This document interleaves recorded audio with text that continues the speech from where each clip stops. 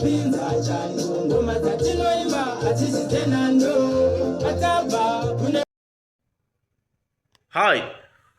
my name is Party Twice, Mr. Beast Zimbabwe, and we are broadcasting live from our Party Twice studios.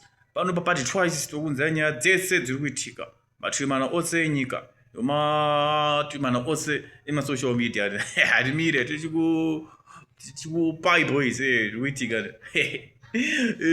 Chivayo boys vabuda vari kuvacation boys chidanana boys vidanana nemukadzi wavo chipana matodi boys mayo kudyiwa boys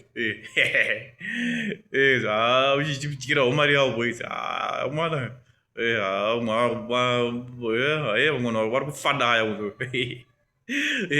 vari kufadaya boys saka tisingadi kupedza munamatoso dzari chipona midai tikupei vhidhiyo racho ande vhidhiyo racho iro tozoti vanhu vekugandami majera kuudzirwa aiwa breakfast kumwenda muchitora mega isi nyaya nhasi mukadzi wangu haasi ari kubikira nhasi munotorawo mega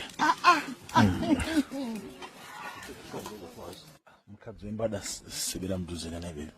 Hi baby. Wakaroorwa iwo.